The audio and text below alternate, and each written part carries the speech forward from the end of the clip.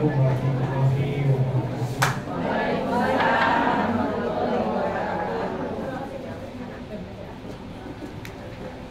Alhamdulillahil qaim fi maqam tanzil wa huwa ashabul qaim wa malikul hakim wa la illa bihi. Subhanaka la ilma lana illa ma 'allamtana innaka antal alimul hakim. Allahumma shalli wa sallim ala Muhammadin wa ala alihi wa ashabihi ajma'in.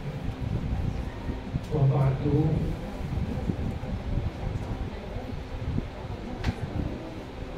Para mahasiswa dan mahasiswi serta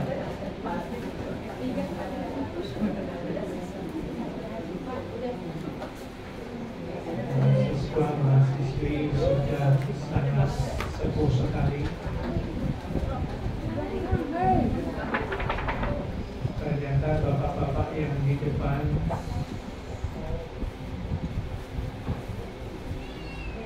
ada yang usianya 82 tahun, tapi tetap semangat hadir untuk duduk bersama di majelis taklim al-Iqon dalam rangka memupuk, dalam rangka halo Bu.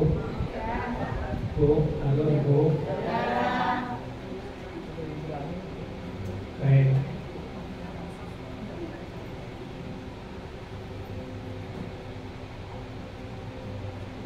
Ketika Allah berikan iman kepada kita, cara memupuk iman yang Allah berikan kepada kita, yang pertama adalah dengan ilmu. Ketika iman kita ada pada diri kita, itu akan tumbuh, akan berkembang, bahkan akan berkelas apabila kita pupuk dengan ilmu.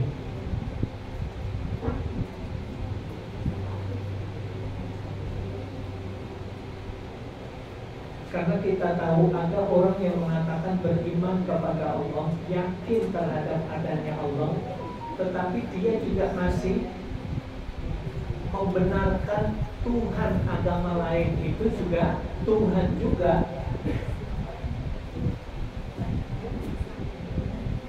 Dia mengatakan bahwa agama yang lain itu adalah benar juga.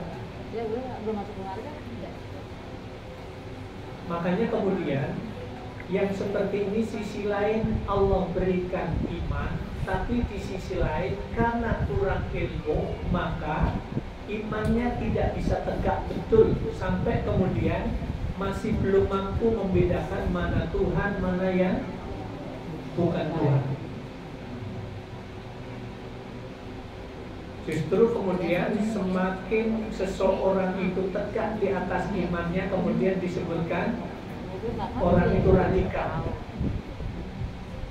Ini fenomena yang terjadi dalam kehidupan kita.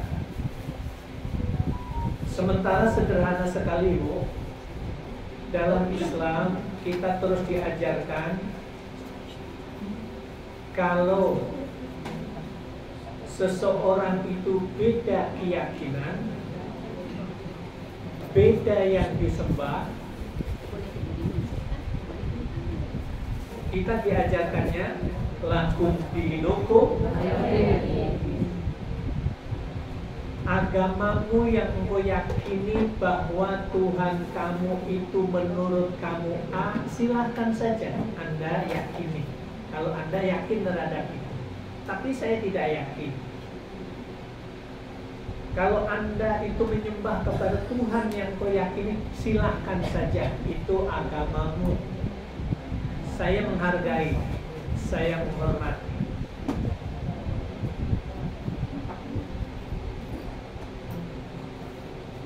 Tapi kita diajarkan di Indonesia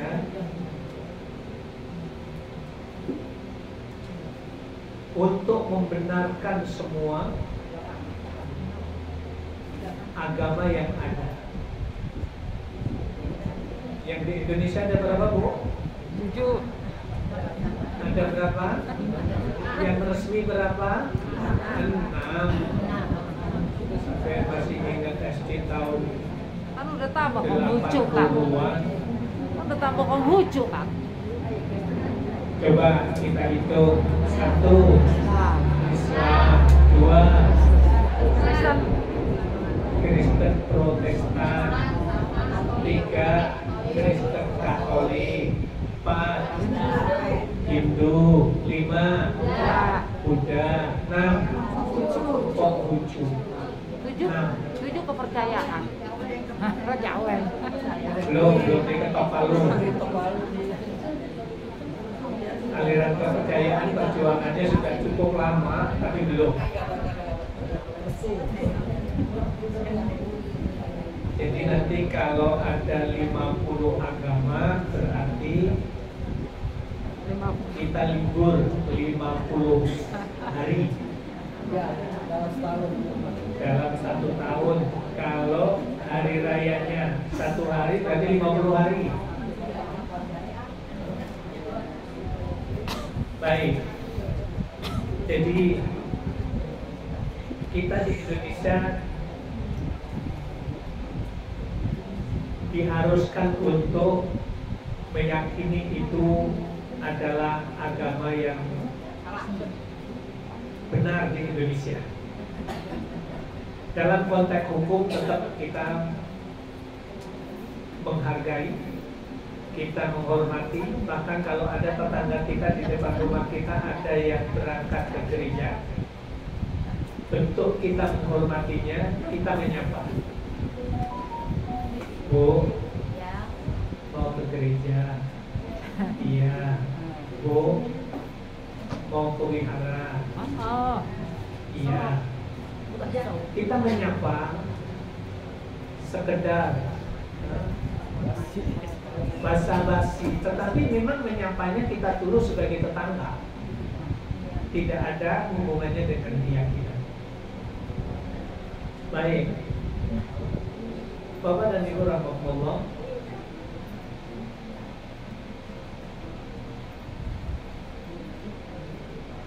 ini kita kembali ke materi yang sederhana aja ya, karena sedang viral ada ustadz. Coba saya terinya sebentar ya. Mau dinyalain tak? Enggak. Enggak.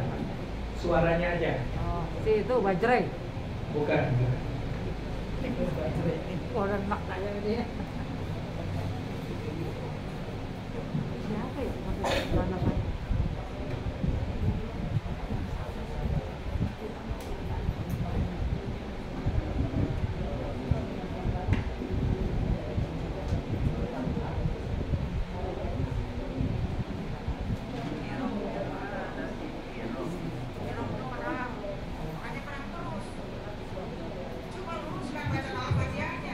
Coba Bapak Ibu dengerin baik-baik, ini soal tasim ini ya.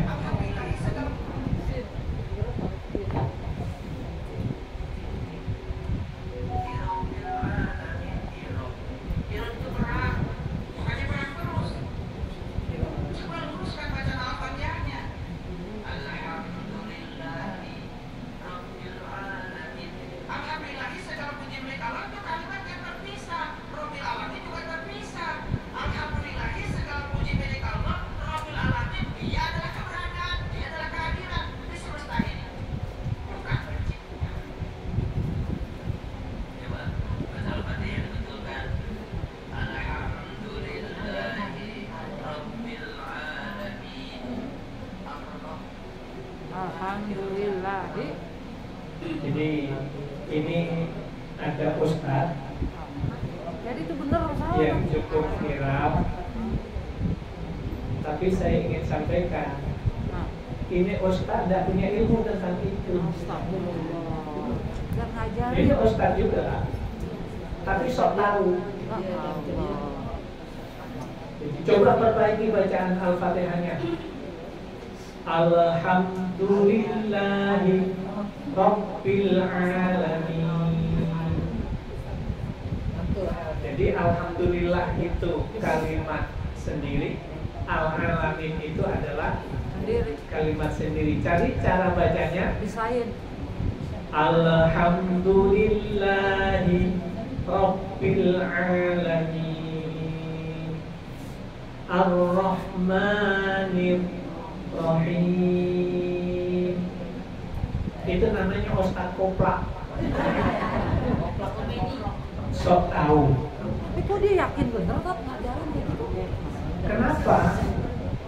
Ketika seseorang itu berdalil kepada akal, yang kemudian kita kenal liberal, pokoknya menurut akalnya benar, itulah yang benar. Alhamdulillahi Rabbil Alamin. Jadi kalau baca dia itu dipisah begitu. Tidak boleh dibaca dengan Alhamdulillahi Rabbil Alamin. Dia menangkapnya kalau disambung Alhamdulillahi Rabbil, dia maknai perang. Jadi perang terus kan? Jadi maknanya perang terus sampai hari ini. Maknanya hirop sih. Sementara hirop itu maknanya bukan perang. Perang itu harobun, itu perang. Kalau itu bukan. Itu namanya akal-akalan itu begitu. Dua, membaca dengan ada jeda, memisahkan kalimat satu dengan yang lain, itu tidak dibenarkan. Alhamdulillahi Rabbil Alamin. Ada jeda. Hinya di jeda. Ada pemisah. Ini adalah bentuk kesalahan. Kenapa salah? Karena apa yang Allah perintahkan itu warattilil Qur'ana tartila. Bacalah Al-Quran itu dengan tartil. Jadi kata perintah bacalah dengan tartil. Ya Allah, apa yang harus aku baca dengan tartil? Al-Qur'ana, Al-Quran. Jadi kalau kita sedang baca Al-Quran, bacanya harus tartil. Ini adalah perintah. Kalimat ujungnya adalah tartilan, setartil-tartilnya. Ada dua tekanan, yang satu perintah, yang dua tekanannya. Kalau kamu sedang baca Al-Quran, bacanya yang tartil, tartilan, setartil-tartilnya, sebenar-benarnya baca, bacanya yang benar-benar. Benarnya gimana? Yang pertama, mengikuti kaidah. Menurut kaidah, sudah fathah ada alif, harus dibaca panjang. Maka kemudian setiap ada fathah sesudahnya alif, kita harus baca panjang. Tapi ada saat tertentu kita kalau baca itu berdasarkan riwayat. Menurut kaidah sudah fathah ada alif itu panjang. Tetapi menurut riwayat, begitu diwasol, begitu disambung, tidak boleh dibaca panjang walaupun di situ ada alif. Kita tidak pernah membaca wala ana abidum ma'abadtum wala ana, tidak pernah kan baca. Kita pasti bacanya wala ana abidum ma'abadtum. Kenapa kita membaca ana di situ dibaca pendek? Karena kita membaca cara seperti itu berdasarkan riwayat. Coba ibu lihat Qurannya. Wala ana, ananya itu ada alifnya enggak? Coba dicek dulu.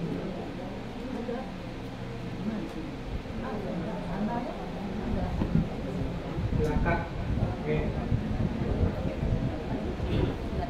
Surat Al-Kafirun.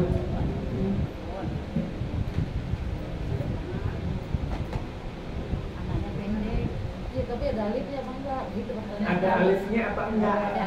Ada. Menurut kaidah kalau ada alifnya harus dibaca panjang atau pendek? Atasnya. Panjang. Kenapa kita membaca pendek ketika disambung? Karena kita membaca berdasarkan riwayat. Nah, itu jawabannya.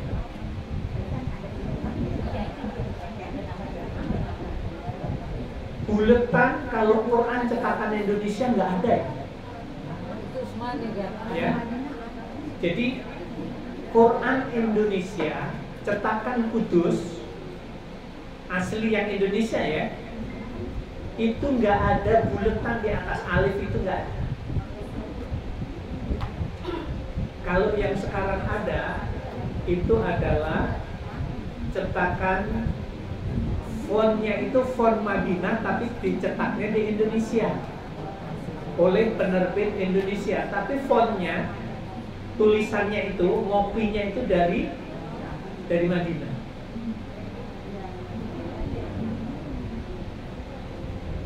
Dan aslinya memang tidak ada. Kalaulah ada, itu sebagai tanda memberitahu kepada kita bahwa kalau di atasnya ada buletan lonjong berdiri, itu aslinya lonjong berdiri, bukan bulat. Lonjong berdiri. Coba lihat pakai kacamata, dekatkan baik-baik. Lonjong apa bulat? Lonjong. Tapi karena Qurannya tulisannya segitu, kelihatannya bulat. Jadi kalau di atas alif ada buletan lonjong berdiri, itu menunjukkan kalau waqaf dibaca panjang 2, kalau wasol dibaca pendek. Pertanyaannya, kenapa dibaca pendek? Karena menurut riwayat seperti itu. Artinya Nabi itu kalau membaca wala ana abidum ma'abatum, ananya itu tidak pernah dibaca panjang kalau diwasol. Berarti cara bacanya itu mengikuti Nabi. Walaupun menurut kaedahnya harus dibaca panjang karena ada alif, tetapi harus dibaca pendek karena mengikuti Nabi. Baik, ini saya rada geli saja. Ini karena ustadznya terkenal ini di kalangan menengah ke atas, kalangan orang-orang eksekutif. Ya. Jadi terus kemudian dia, nah, kita coba teruskan dikit deh.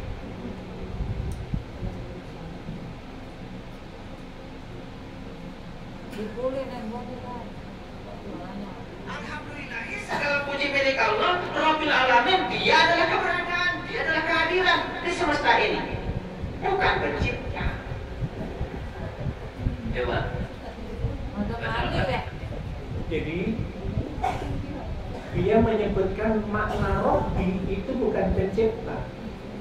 Sementara aslinya Rabbil Alamin itu adalah Allah yang mencipta dan yang memelihara. Allah yang membuat alam semesta ini, termasuk diri kita ini, dan yang memelihara. Bagaimana Allah memelihara kepada manusia? Allah berikan fisik, Allah berikan ruh, Allah berikan akal. Cara memeliharanya, Allah berikan oksigen gratis. Kita tinggal nyedot aja kan? 24 jam tidak bayar ya. Itu cara Allah memelihara salah satunya. Yang keduanya, Allah berikan akal. Allah berikan rasa kita untuk mencari nafkah. Kalau udah lapar kan kita mikir, berarti lapar kebutuhannya adalah memberi makan. Baik. Ini dari sisi makna seolah-olah dia paham. Coba baca Al-Fatihah dibetulkan. Alhamdulillahi Rabbil Alamin Ar-Rahmanir Rahim Maliki Yaumiddin Iyyaka na'budu wa iyyaka nasta'in. Hanya kepada Allah menyembah.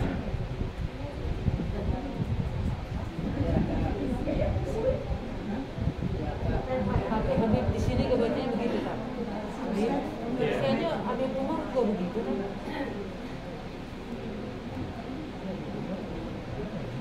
Iyyaka na'budu wa iyyaka nasta'in. Saya ingin sampaikan poin yang ini. Tapi lagi-lagi begini, bapak-bapak, ibu-ibu, kalau kita taksib memperbaiki bacaan bukan untuk nyala-nyalain orang. Tapi kalau ada sosok tokoh itu seperti ini, divideokan, kemudian diviralkan, seolah-olah itu benar, nah ini harus kita komentari. Kita harus dudukkan bahwa itu salah. Kenapa? Kita biarkan berarti akan menanamkan kesalahan kepada sekian juta orang. Ya, membiasakan sesuatu yang salah. Sementara soal bacaan dalam Islam, bacaan Quran itu kan ajaran. Baca yang benar itu ajaran, itu agama. Jadi satu-satunya kitab suci yang cara membacanya itu ada aturannya, itu hanya Quran saja. Kitab yang lain nggak ada. Bahasa Arab yang ada nahwu shorof, tata bahasanya. Tapi idgham ikhfa-nya nggak ada di situ. Ada yang ibu-ibu kalau ngomong bahasa Arab pakai ikhfa gitu. Ila aina anta ana sa'adhab ila suq. Pakai mat arif disukun panjang 6, kemudian pakai kol-kolah kubro karena kofnya mati jerakin gitu. Itu nggak ada sampai hari ini, nggak ada. Tetapi ketika kita baca Al-Quran, siapapun kita, bapak dan ibu, itu hukumnya fardhu ain. Jadi kewajiban yang harus kita lakukan sebagai seorang muslim adalah melaksanakan yang apa yang Allah perintahkan. Ketika kita baca Al-Quran, mesti harus benar.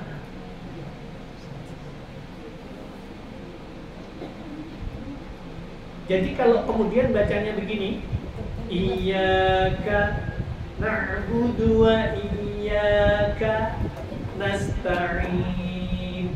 Saya ingin dudukkan, tidak ada satupun riwayat. Artinya Nabi tidak pernah mencontohkan, Nabi tidak pernah mengajarkan bahwa cara membaca Al-Fatihah dengan kalimat Iyyaka na'budu wa iyyaka nasta'in. Tidak ada. Karena kalau ada jeda itu namanya sakta. Berhenti sejenak tanpa ambil nafas. Iyyaka na'budu wa iyyaka nasta'in. Itu namanya sakta. Membaca ada jeda. Sementara nggak ada satupun riwayat, 20 riwayat yang kemudian disebut qiraah asyrah di riwayat 20. bacaan Al-Quran itu disebutkan ada 10 bentuk bacaan dengan 20 riwayat. 20 riwayat itu tidak ada satupun yang menjelaskan bahwa iyyaka itu ada saktah, tidak ada. Yang bicara adalah akal. Kayak tadi Ibu, iyyaka itu adalah kalimat sendiri, na'budu kalimat sendiri, wa iyyaka kalimat sendiri, nasta'in kalimat sendiri. Seolah-olah kalau kalimat sendiri itu harus dipotong. Iyyaka na'budu wa iyyaka nasta'in. Jadi menurut tadi Ustaz tadi tidak boleh membaca iyyaka na'budu wa iyyaka nasta'in, tidak boleh. Tapi yang mengatakan tidak boleh itu akal dia. Berarti itu namanya membaca Quran tapi dengan akal-akalan, begitu. Halo? Ini dari kemarin itu saya mau komentari dalam bentuk video. Ini bukan apa ya, sisi lain kadang saya berpikir rugi gitu ya, mau komentari yang sekelas itu, namanya orang tidak ngerti tapi sok tahu gitu ya, buang waktu. Tetapi ketika tidak dibuat video mengkanter, ini viral, disangka itu benar, itu masalahnya. Akhirnya saya harus buat video akhirnya. Seperti ada video ini, bapak-bapak dan ibu-ibu,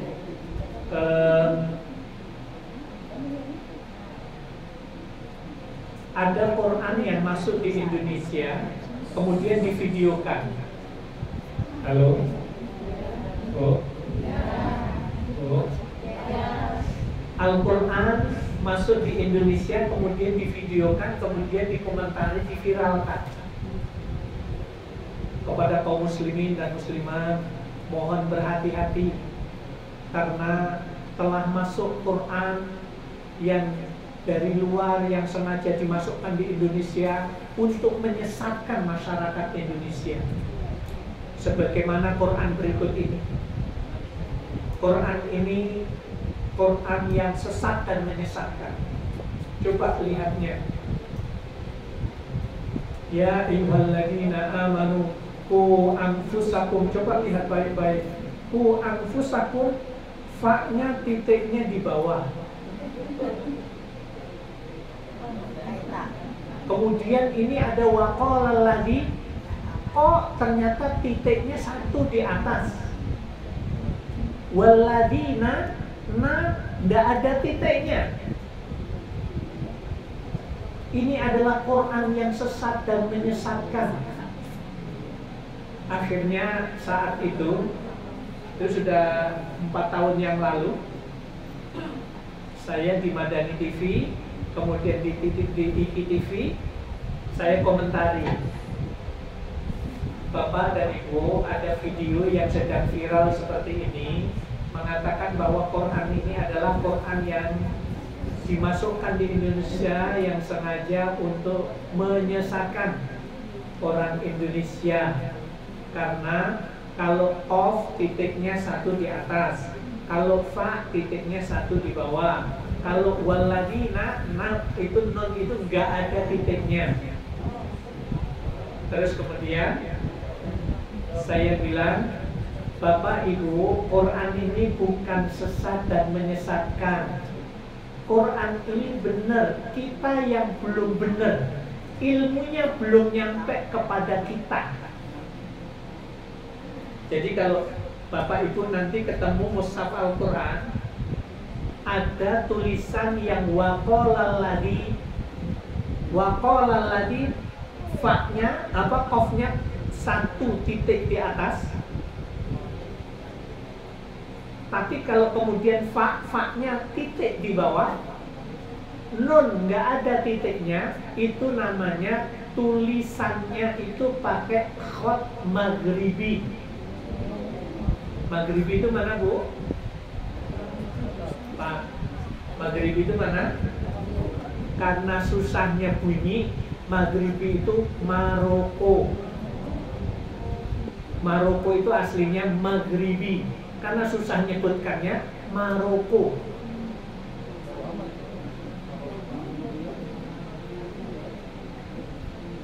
Jadi, Bapak dan Ibu, kalau menemukan Quran yang seperti itu khotnya disebut khot maghribi.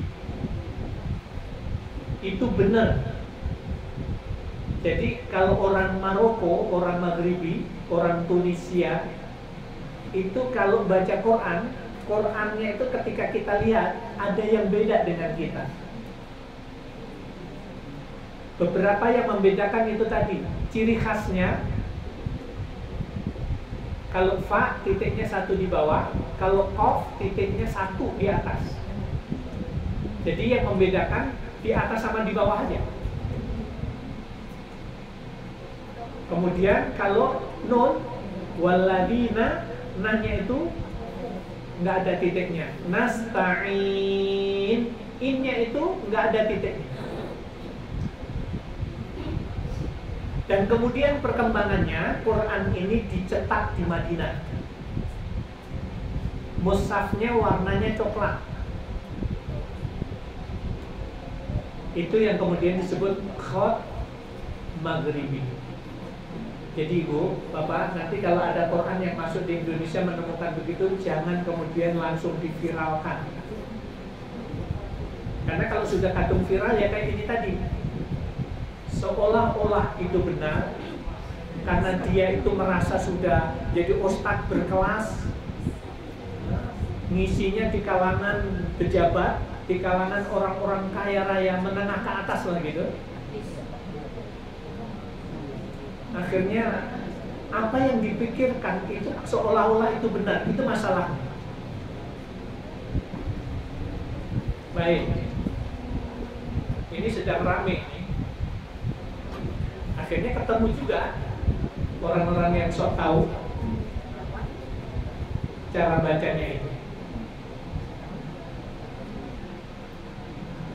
Baik, soal di lingkungan kita, bapak-bapak, kita yang sering sholat di masjid, sholat berjamaah, kemudian ternyata juga gak sedikit di Jabodetabek ini ya, imam-imam yang membaca Iyyaka na'budu wa iyyaka nasta'in. Alasannya, ketika saya mendapatkan penjelasan itu ternyata Iyyaka itu adalah kalimat yang berdiri sendiri, tidak boleh disambung. Kenapa? Biar mantap. Hanya kepadamu ya Allah kami beribadah, dan hanya kepadamu ya Allah kami mohon pertolongan. Jadi untuk tekanan kalimat Iyyaka, hanya kepadamu, na'budu kami beribadah, wa iyyaka dan hanya kepadamu, K-nya itu ada tekanan, makanya harus diputus. Sementara lagi-lagi saya ingin dudukkan, cara membaca seperti itu adalah menurut akalnya orang itu yang kemudian disebut akal-akalan, tidak mengikuti kaidah. Alasannya lagi, yang kedua, kalau kita membaca wa iyyaka nasta'in, kanas itu nama syaitan. Jadi kalau kita sambung kanas, itu nama syaitan kita sebut itu. Sementara dalam surat An-Nas apa? Min syarril waswasil khannas. Khannas apa kannas? Pakai kho kan? Nah, itu nama syaitan. Pakai kho. Kalau kanas nggak ada hubungannya.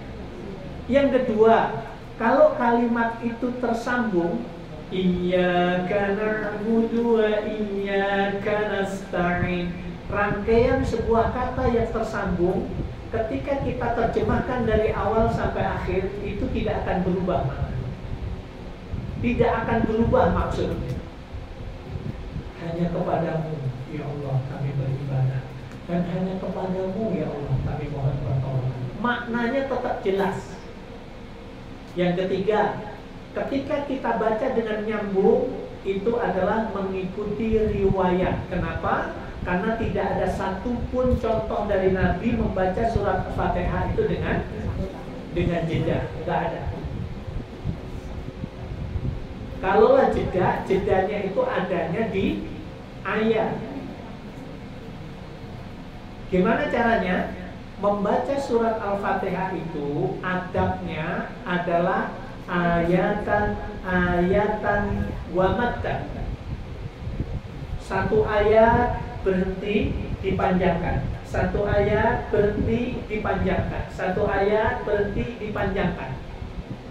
Itu kemudian dijadikan oleh para ulama bahwa adab membaca surat Fatihah dalam sholat itu satu ayat berhenti, satu ayat berhenti, satu ayat berhenti. Bismillahirrahmanirrahim. Yang bismillahnya mau dijalankan silakan saja, yang mau disirkan silakan saja, karena dua-duanya ada contohnya. Alhamdulillahi Rabbil Alamin. Penting. Ar-Rahmanir Rahim. Penting. Maliki Yaumiddin. Penting. Iyyaka na'budu wa iyyaka nasta'in. Penting. Ihdinas siratal mustaqim. Penting. Siratal ladzina an'amta 'alaihim ghairil maghdubi 'alaihim waladdallin.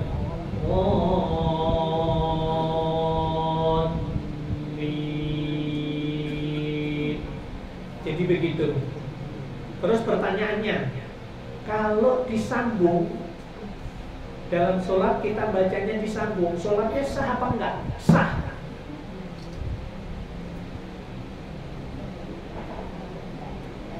Yang bahaya itu, Bapak dan Ibu, yang bahaya itu yang begini. Allahu Akbar. Assalamualaikum warahmatullahi.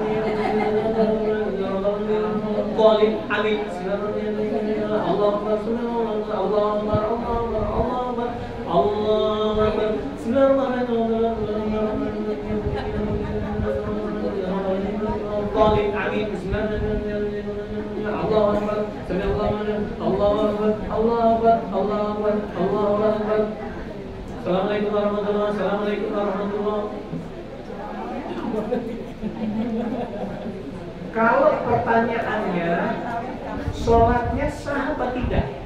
Sah. Menurut kaidah fikih, baca Fatihah sudah, rukuk sudah, sujud sudah, doa di antara sujud sudah, tahiyat sudah, salam sudah. Menurut kaidah fikih sah.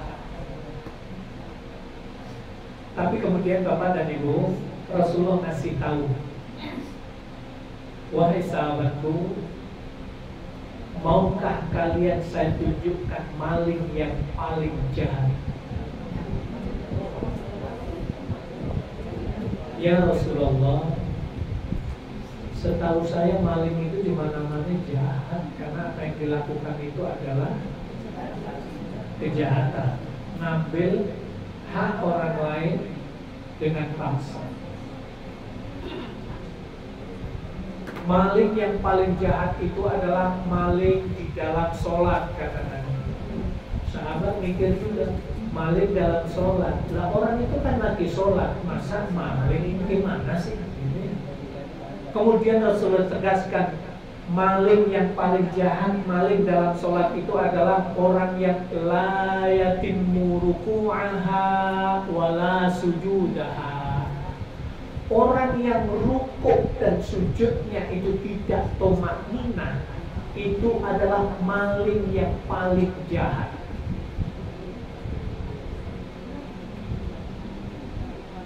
Gimana?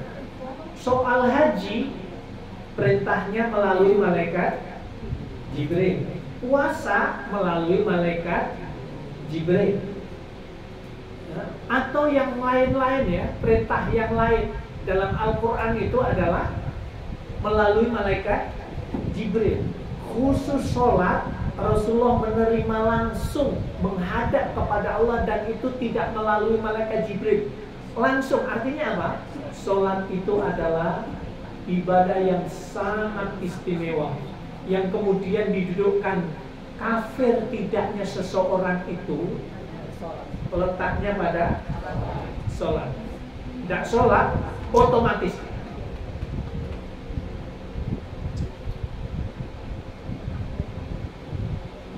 Sudah haji, sudah puasa, wakaf iya, peduli kepada yang lain iya, tapi sholat enggak, hilang semua. Kenapa? Karena puncak sesuatu ibadah yang sangat istimewa itu tidak dilakukan.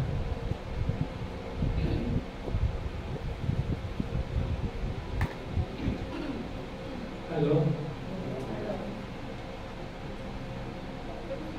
Kalau kita tawaf, Bapak dan Ibu, tawaf, kita sa'i. Selesai doa saat tawaf atau sa'i, kemudian kita ngobrol, boleh nggak? Batal nggak tawafnya? Enggak. Lagi tawaf, kemudian Bismillahirrahmanirrahim, muter kan? Begitu muter kita berdoa, kemudian nanti kalau ke hotel nanti duluan aja ya, kamu sama ngobrol kan? Batal nggak? Enggak. Ketika kita sa'i antara Safa dan Marwah, kemudian kita ngobrol, batal nggak? Enggak juga. Berarti tawaf sama sa'i, kalau kita ngobrol nggak ada masalah. Tapi ketika sholat, ngobrol, ngomong satu kata aja tidak boleh, yang di luar rukun sholat ya. Ini ngobrol sudah otomatis batal. Artinya sholat itu adalah ibadah yang sangat istimewa. Makanya kemudian kalau gerakannya kayak tadi itu, kecepatan bacaan itu akan mempengaruhi terhadap gerak di dalam sholat. Allahu Akbar, amin, Allah Akbar, Allah. Coba kita tanya, kalau NU Subhana rabbiyal azimi wa bihamdi, ada wa bihamdi, berapa kali dibaca? 3 kali. Kalau kita yang Muhammadiyah diajarinya Subhana rabbiyal azimi, tidak pakai wa bihamdi, tapi tetap 3 kali. Ketika sujud, Subhana rabbiyal a'la. Kalau yang NU diajarinya Subhana rabbiyal a'la wa bihamdi, berapa kali? 3 kali. Kalau sholatnya geraknya kayak itu tadi, kira-kira kebaca nggak itu?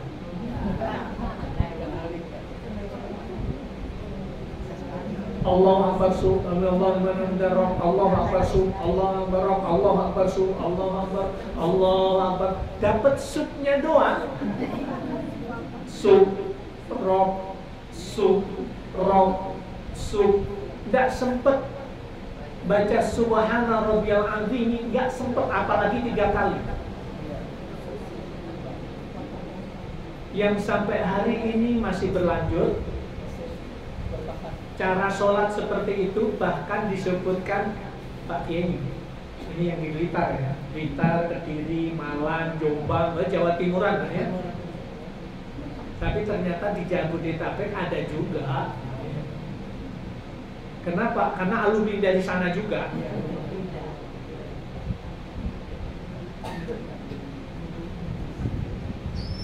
Termasuk saya, maksud saya.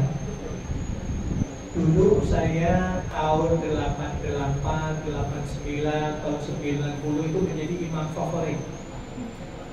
Bacanya ini begitu.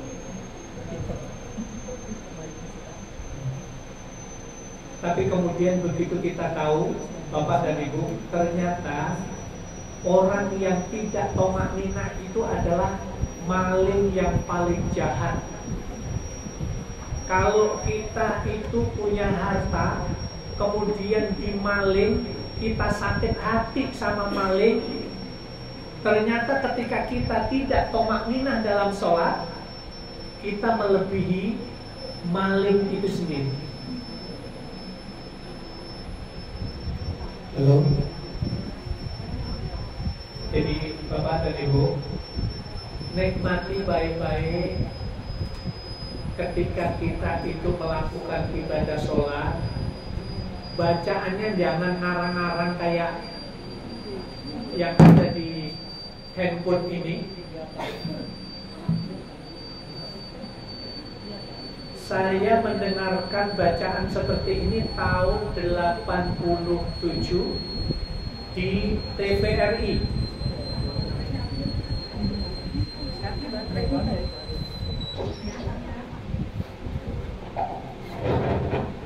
Kenapa baterai? Kirain kayak Palestina.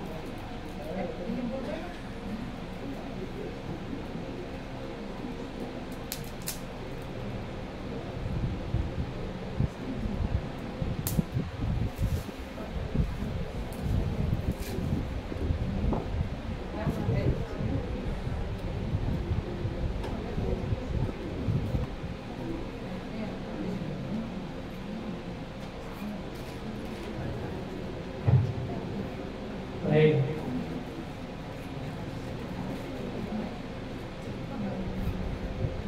Ada 3 Bapak dan Ibu poin yang saya sampaikan tadi. Yang pertama adalah bentuk bacaan yang akal-akalan.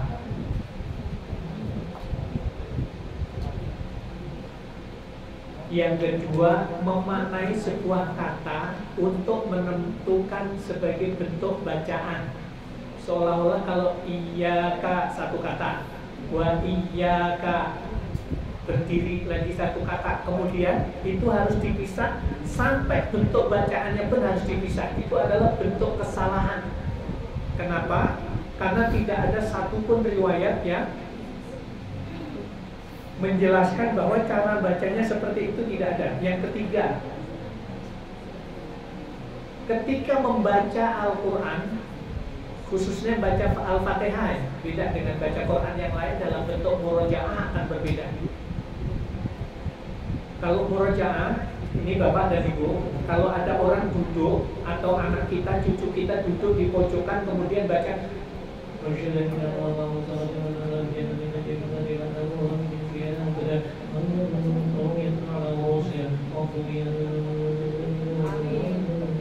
kalau ada baca seperti itu di pojokan, itu sedang murojaah hafalannya karena dia hafal Quran. Orang yang hafal Quran itu punya kewajiban, punya keharusan menjaga hafalannya. Caranya gimana? Memurojaah. Satu hari berapa juz? 6 juz. Makanya bacanya harus cepat. Jadi kalau ada tahqiq, tadwir, hadr, bacanya harus cepat, harus hadr. Kenapa? Kalau pelan-pelan itu bisa 12 jam.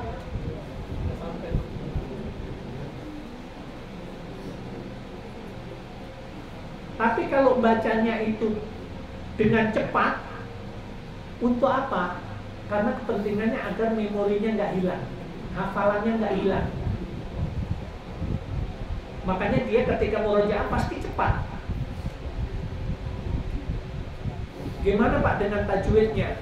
Mulai dari pelan dia sudah benar, kemudian dia menghafal, kemudian dia mengulang, akhirnya bacanya jadi cepat. Itu tetap memenuhkan kaidah tajwidnya. Tapi kan cepet banget. Iya, masalahnya orang itu punya hafalan, kita nggak punya. Mau murojaah apa yang mau kita murojaah? Sementara yang hafal Quran, dia harus mengulang hafalannya biar nggak lupa. Makanya kemudian orang yang hafalannya, yang punya hafalan itu, pahalanya itu sangat amat banyak.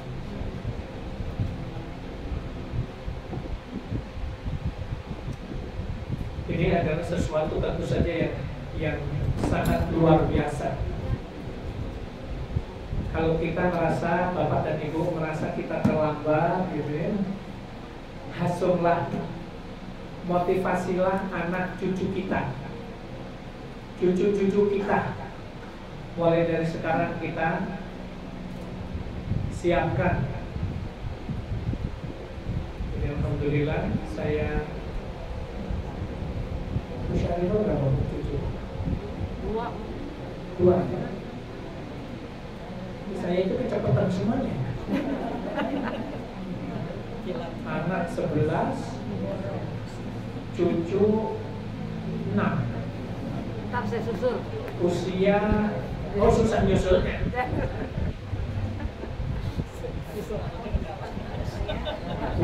Saya sebut sekarang 6, bulan depan sudah mau 7. Ya, Masya Allah, barakallah. Baik, tapi yang jelas yang anaknya, yang cucunya 1 atau 2, kita tetap kondisikan, kita motivasi terus biar itu menjadi dukhrun, menjadi tabungan, menjadi deposito kita sampai di akhirat nanti.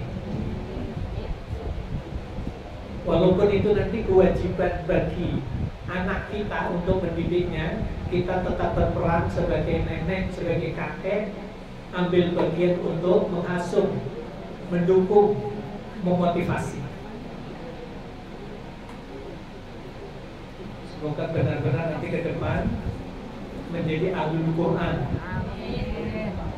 Karena ada ibu, orang yang tidak hafal Quran, bacanya pun tidak bagus-bagus amat, tetapi Allah muliakan karena tetap ngajar Quran. Siapa dia? Pahalanya terus mengalir setiap hari. Sama Bapak. Siapa dia? Ibunya. Bapak Ibu kenal yang menulis Iqra? Oh iya, Satamam. Pak As'ad Humam. Pak As'ad Humam itu bukan seorang akademisi, bukan orang kuliahan, orang biasa aja. Bahkan hanya lulusan SMP. Tapi dalam kehidupannya dia tetap mengajarkan Al-Quran sampai akhir hayatnya. Sampai kemudian dia menulis buku yang kita kenal dengan Iqra. Malaysia pakai. Coba kalau kemudian kita hitung, berapa juta generasi Islam yang bisa baca Al-Quran karena sebab buku Iqra. Masya Allah. Sejumlah itulah pahala itu akan terus mengalir. Masya Allah. Itu namanya memanfaatkan kehidupannya, walaupun mampunya bisa baca Quran saja, tetapi tetap mengajarkan Quran itu kepada siapapun yang belum bisa baca. Mau orang NU kayak Muhammadiyah kayak mau Persis, mau Al-Irsyad, Salafi, yang Ikhwani.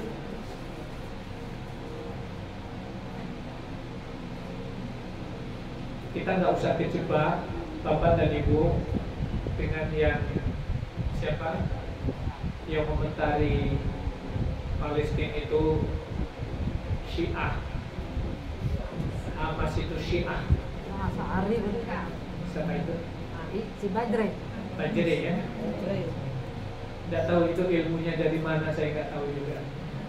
Hasil penelitiannya itu dari mana? Yang pasti begini. Malah tamma bi amril mukmin falaysa minni. Pegang baik-baik Bapak ini, kalimat ini dari Nabi. Malah tamma bi amril mukmin falaysa minni. Tirukan saya. Malayah tamma. 1, 2, 3. Malayah tamma. Malayah tamma. Malayah tamma. Man. Man. Layah tamma. Layah tamma. Man barang siapa. Layah tamma yang tidak punya peduli, yang tidak punya empati, yang tidak punya kepekaan hati. Bi amril mukmin, tirukan. Bi amril mukmin. Bi amril mukmin. Bi amril mukmin. Bi amril mukmin. Bi amril mukmin. Kepada persoalan yang menimpa kepada orang yang beriman, falaysa minni. Falaysa minni. Falaysa minni. Falaysa minni. Dia bukan golonganku, dia bukan umatku, kata Nabi. Jadi kalau ada orang yang dia muslim, bukan kafir. Palestina muslim apa kafir? Muslim. Ditimpa musibah, kapan itu? Dari zaman dulu sampai sekarang. Dijajah oleh Zionis Israel. Bahkan faktanya apa yang paling sederhana apa, Bu? Negaranya diambil. Faktanya apa, Pak? Indonesia sampai hari ini tidak mengakui Israel sebagai sebuah negara. Tandanya apa? Tidak ada kedutaan Israel di Indonesia. Soal ada orang oknum pejabat yang ada kerjasama, itu soal pribadi. Tetapi faktanya berdasarkan undang-undang, Indonesia tidak mengakui negara manapun sebagai penjajah dan kemudian dipersilahkan untuk membuka kantor kedutaan di Indonesia. Nggak ada. Israel tidak ada di Indonesia. Faktanya itu.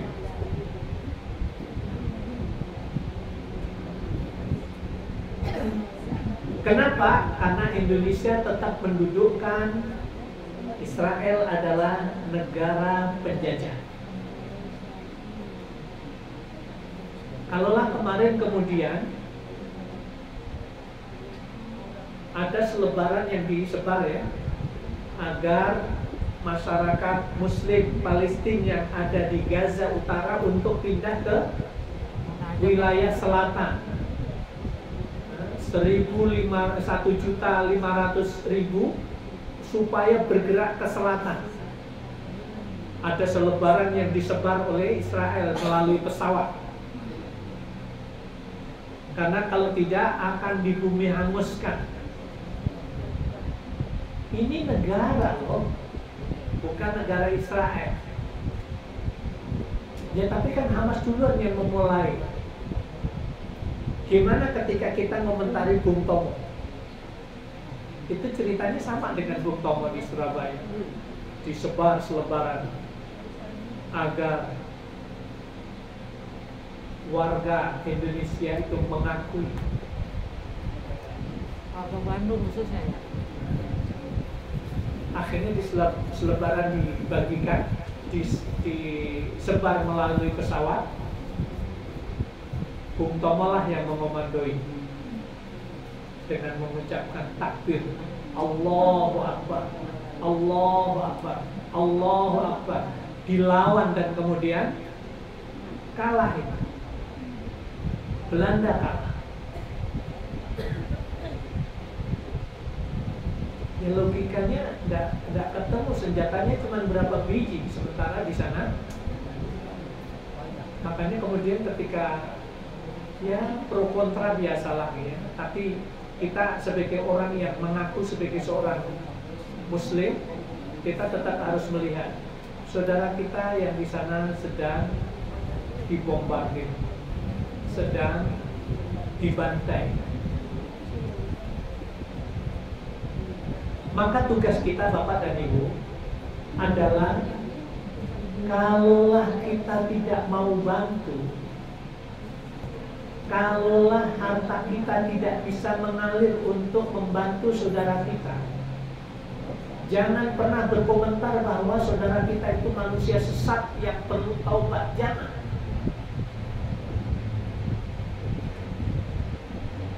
Yang harus kita lakukan adalah berdoa. Minimal mendoakan, ya Allah tolonglah saudara yang ada di Palestina.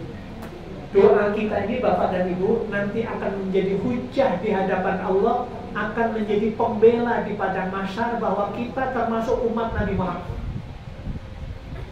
Harta yang kita keluarkan untuk peduli kepada saudara kita itu nanti akan menjadi hujah, menjadi pembela, menjadi bukti nanti di hari akhir, menghadap kepada Allah. Ya Allah, saya adalah harta yang kutitipkan kepada si fulan, kepada si fulana, dan saya dikeluarkan untuk membantu saudaranya seiman yang ada di negeri ini. Ya Allah, berikan pertolongan kepadanya. Kemudian Nabi Muhammad pun juga kemudian mengakui terhadap umat seperti ini sebagai umat. Tapi kalau tidak peduli, apalagi ngatain kan? Apalagi ngata-ngatain gitu ya, membuat orang kemudian menjauhkan dari kepekaan hati. Orang kemudian tidak mau bantu gara-gara ucapan dia. Walaupun kita tahu yang satu ngomong A, yang satu salafi ngomong B.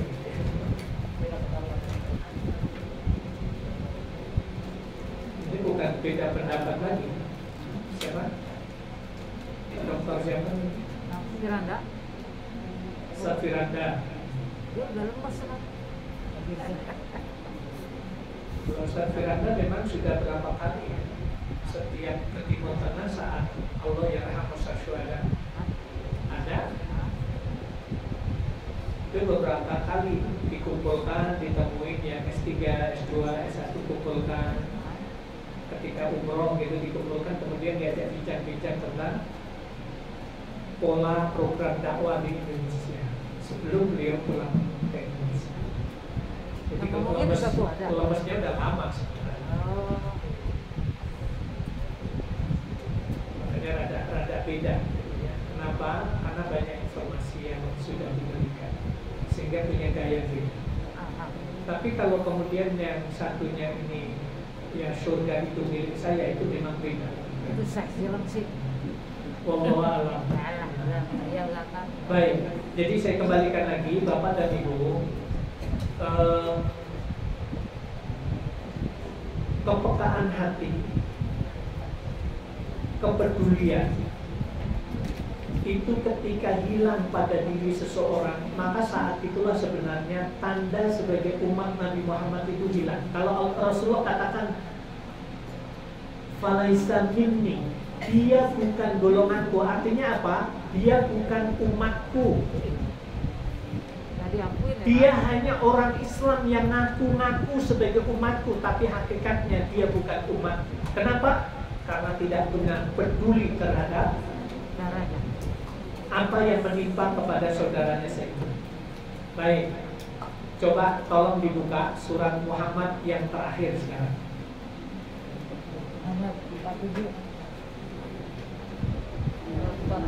Surat Muhammad, surat nomor berapa? 47 ayat 20 terakhir.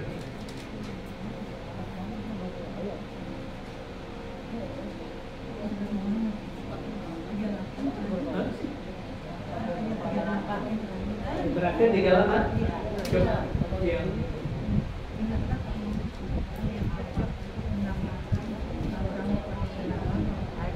ayat yang ke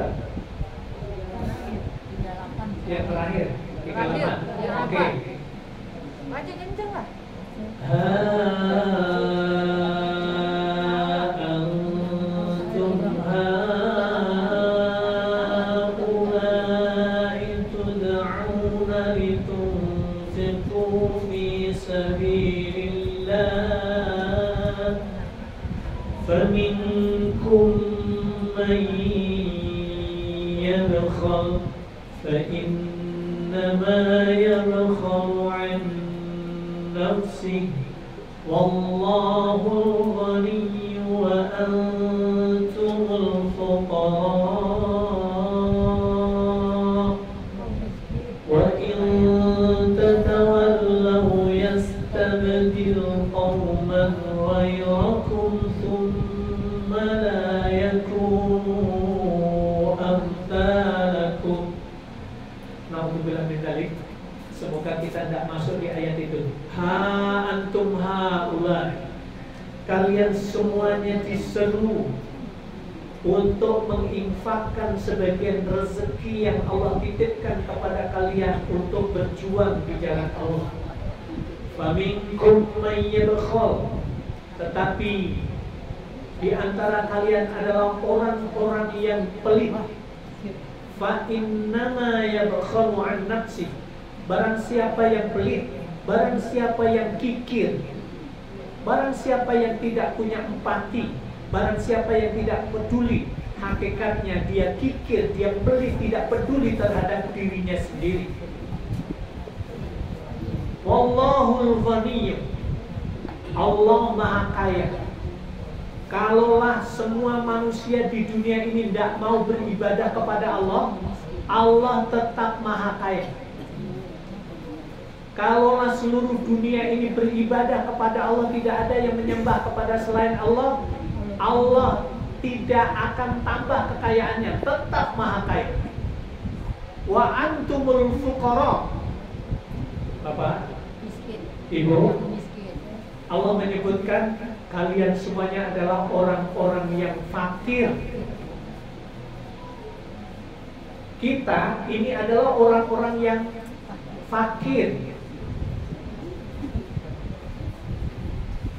Jokowi fakir, Luhut fakir, Pak RT.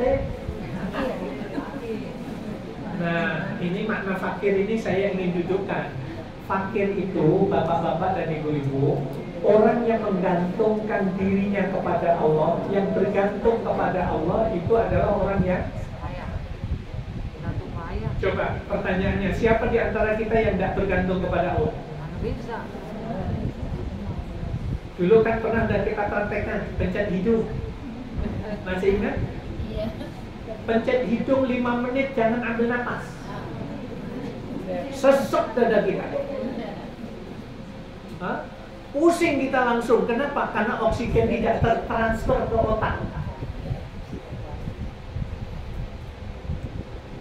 Menunjukkan bahwa napas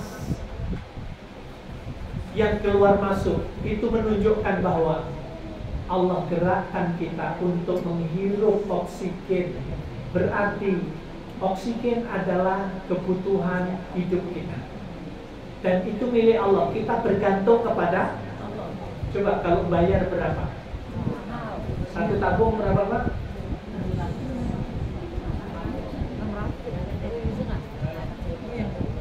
600. Kalau disedot 3 jam habis. Berarti kalau butuh 5 tabung sehari semalam, 600.000 kali 6. Kalikan seumur hidup dari bayi sampai sekarang. Itu baru oksigen. Coba mata sekarang, Bu. Mbak, coba mata. Buka.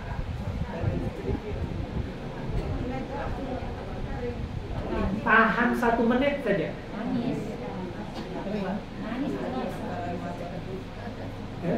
Kita ginikan saja. ternyata air mata itu keluar. Panas mata kita.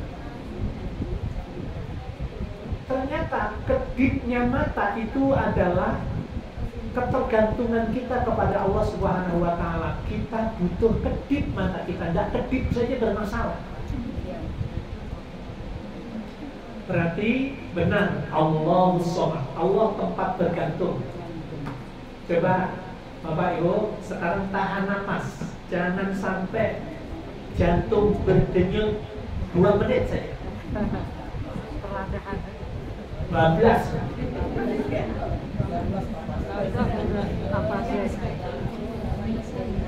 Denyutnya jantung itu menunjukkan bahwa kita tergantung kepada Allah Subhanahu wa Ta'ala. Bahkan Bapak dan Ibu, ketika ada orang yang dipasang oksigen di hidungnya sudah ngap-ngapan begitu, ternyata di video itu tulang, jangan ikut cepat pergi, Tuhan tolonglah tulang.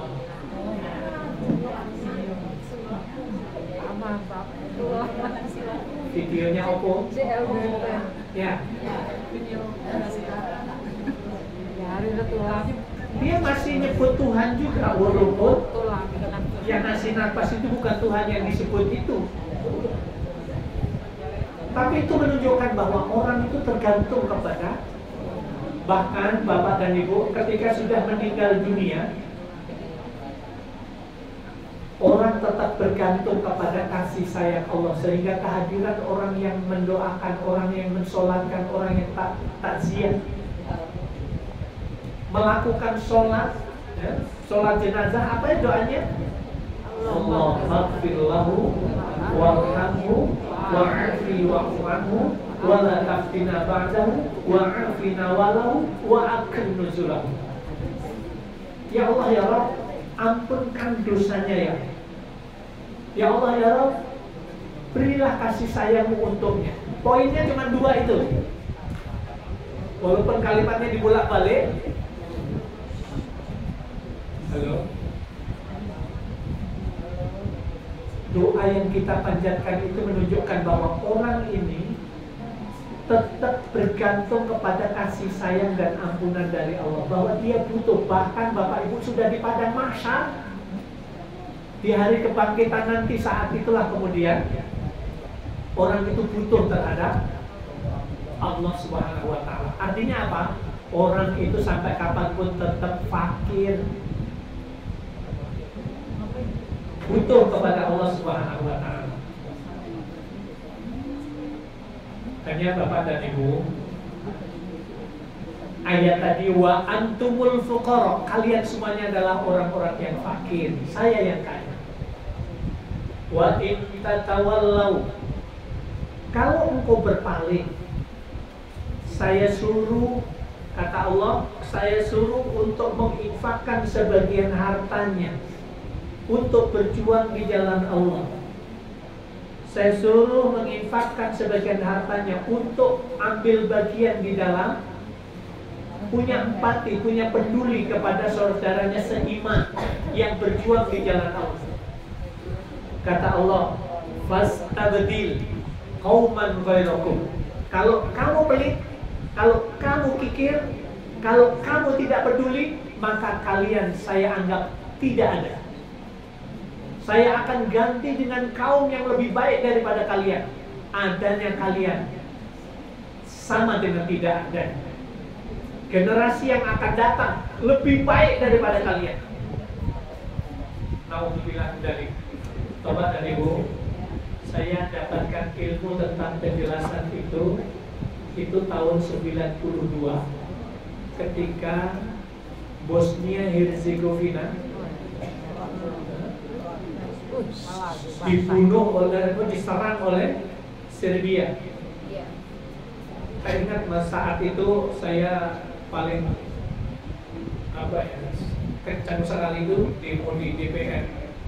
MPR saat itu masih mahasiswa, sampai kemudian merangsek ke depan, tembak itu, senjata itu sudah di dada begini.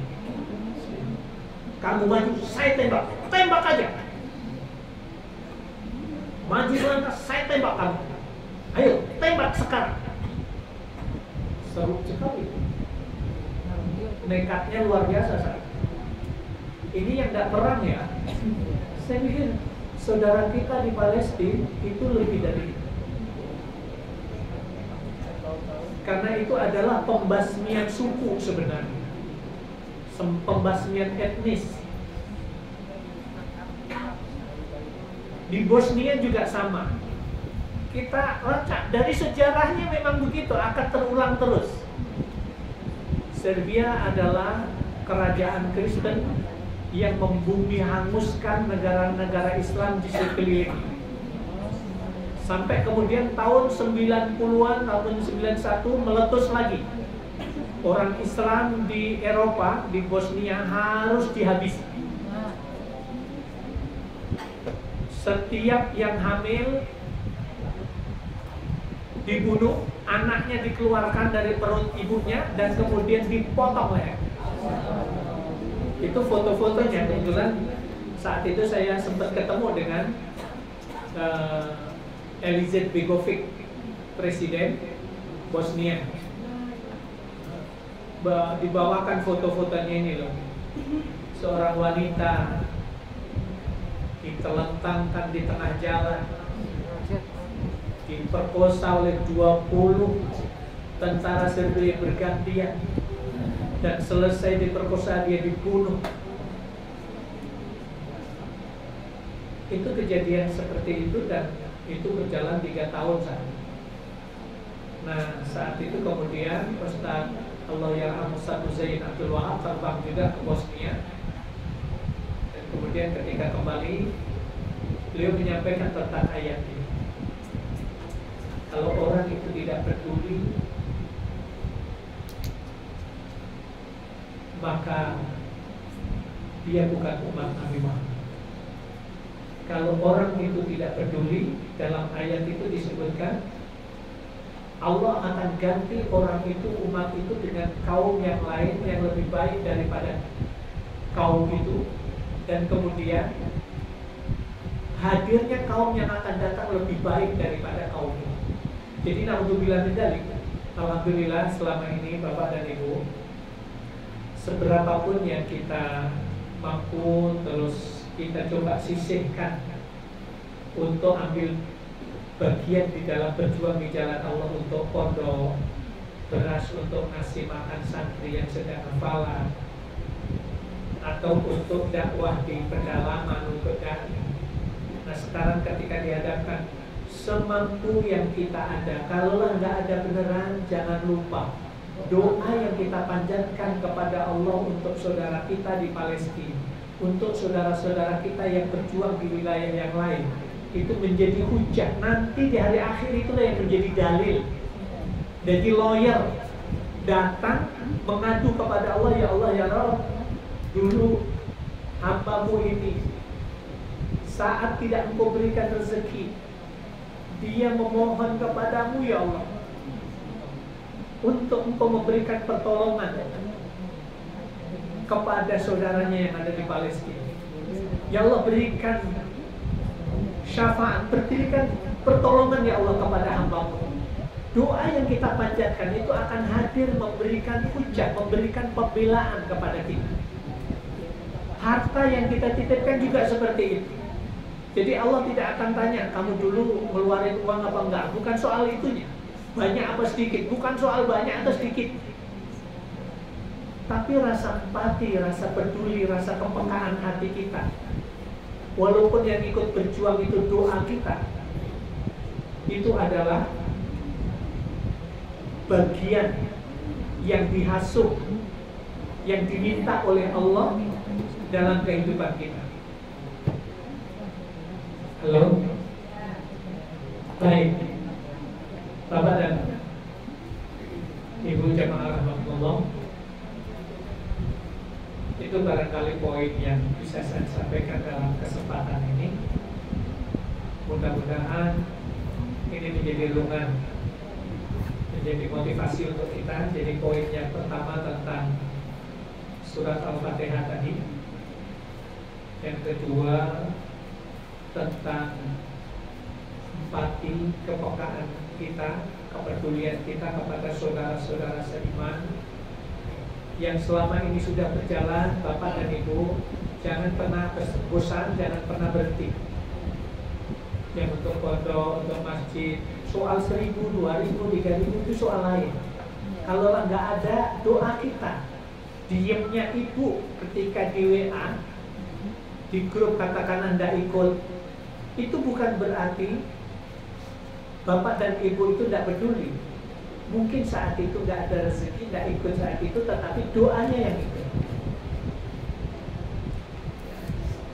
Makanya saya seringkali kemudian, Bu, kalau ada WA yang ngajak begini, ini WA-nya kok ngajak infak melulu, nggak bosen saya aja yang diajak bosen. Ya memang manusia itu begitu. Kalau Allah yang diminta, semakin diminta Allah malah suka. Makanya disebut Ar-Rahman. Allah punya sifat Ar-Rahman. Kenapa? Semakin diminta pagi, siang, sore, pagi, siang, sore diminta oleh Allah. Allah sudah ngasih, tetap aja minta. Allah lebih senang. Cuman kalau kita itu kan kalau diminta terus kan kesel. Nah sekarang kita dudukannya gimana? Ketika nggak ada, tenang aja Bu, doanya saja.